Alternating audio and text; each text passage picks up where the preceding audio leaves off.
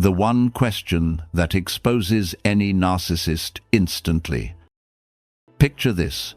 You're across from someone who's spent years sculpting an image, charming, always 3 steps ahead, the unspoken hero of every story. The moment you nudge even the tiniest crack, the script flips, and you're apologizing for noticing. But what if you could cut through the performance with a single, almost gentle question? One quiet line that forces the mask to slip long enough for you to see the panic underneath.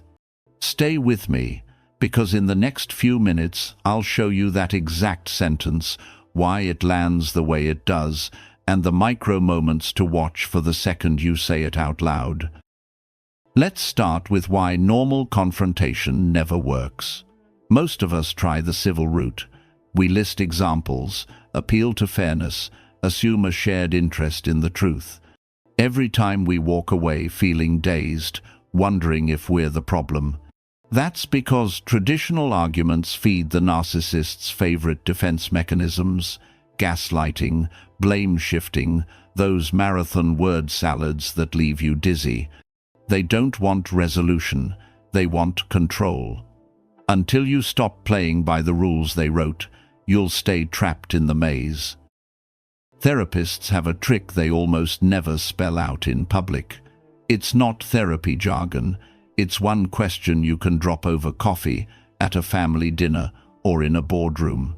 It doesn't accuse, it doesn't label, and crucially, it gives zero room for spin.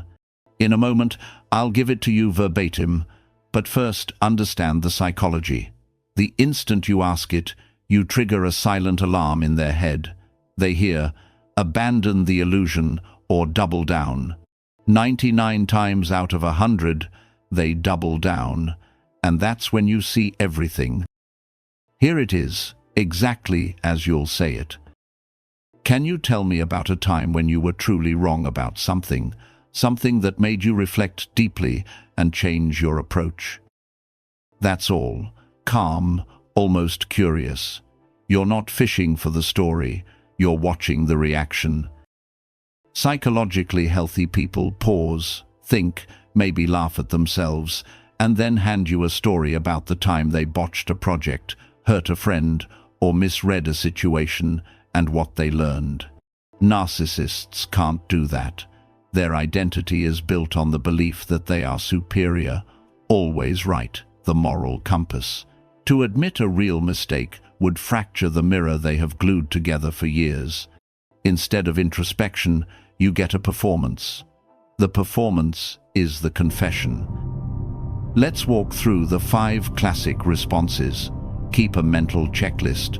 They often blend 2 or 3. First, the blank stall. They stare, the smile freezes, maybe they sip their drink. Internally, the search engine spins. If I confess, I'm weak.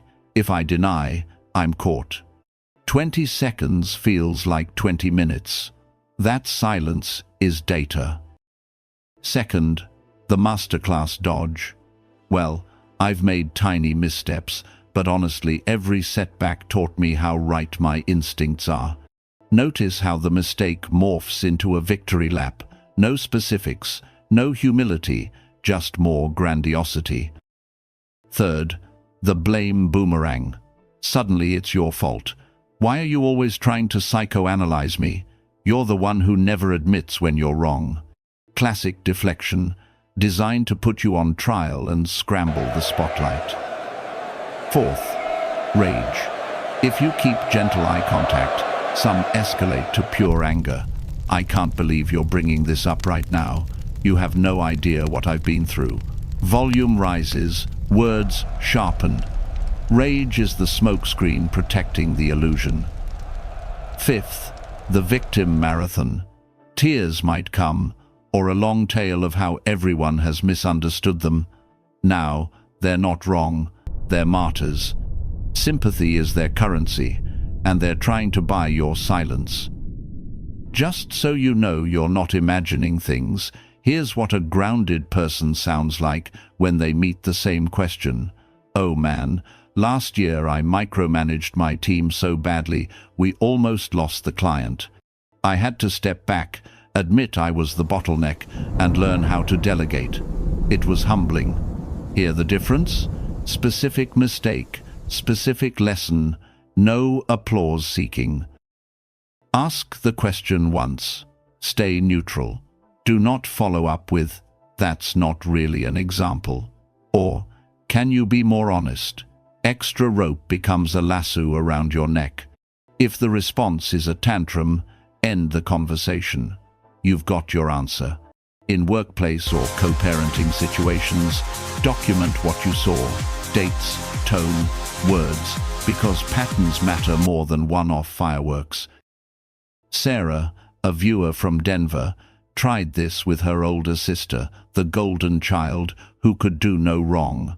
The sister blinked twice and said, "I guess I was wrong to trust you with my wedding plans," then stormed out and texted the family group that Sarah was toxic and jealous. Classic victim marathon plus smear campaign. Sarah finally saw the pattern she'd excused for 30 years. She didn't argue back. She quietly changed the locks and started therapy. Sometimes the proof you needed is the tantrum you didn't cause. Skip the experiment. If you're alone with someone physically aggressive, your safety trumps curiosity. If you're still financially entangled, shared mortgage, joint business, ask yourself whether the intel is worth the fallout. Knowledge is power, but timing is survival. Once you've seen the mask drop, resist the urge to confront. Aha, you couldn't answer the question. Narcissists register that as a declaration of war, not an invitation to grow. Instead, use the information to set boundaries, shorter conversations, written communication, or if possible distance. The goal isn't to fix them, it's to protect your bandwidth for people who meet you on equal footing. In clinical settings, the question is disguised as part of a broader intake. Tell me about a learning experience that changed you. Therapists watch micro-expressions, eye contact, whether the client ever redirects the spotlight. Over hundreds of cases, the pattern holds. Genuine accountability is rare, and its absence is loud. You don't need a couch and clipboard to spot the same red flags. Objection. But what if they actually answer it? In 15 years of practice, I've seen a narcissist fake a humble story maybe 5 times. Giveaway is vagueness. I learned from my divorce that relationships take work.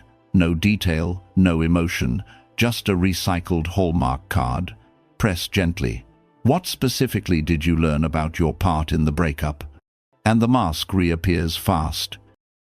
After a big reaction, guilt creeps in. I pushed too hard. That's the empathy trap. You asked a neutral question. Their disproportionate response is on them, not you. Guilt is the toll booth narcissists install between you and your own instincts. Quick recap for note-takers. Question: can you tell me about a time when you were truly wrong?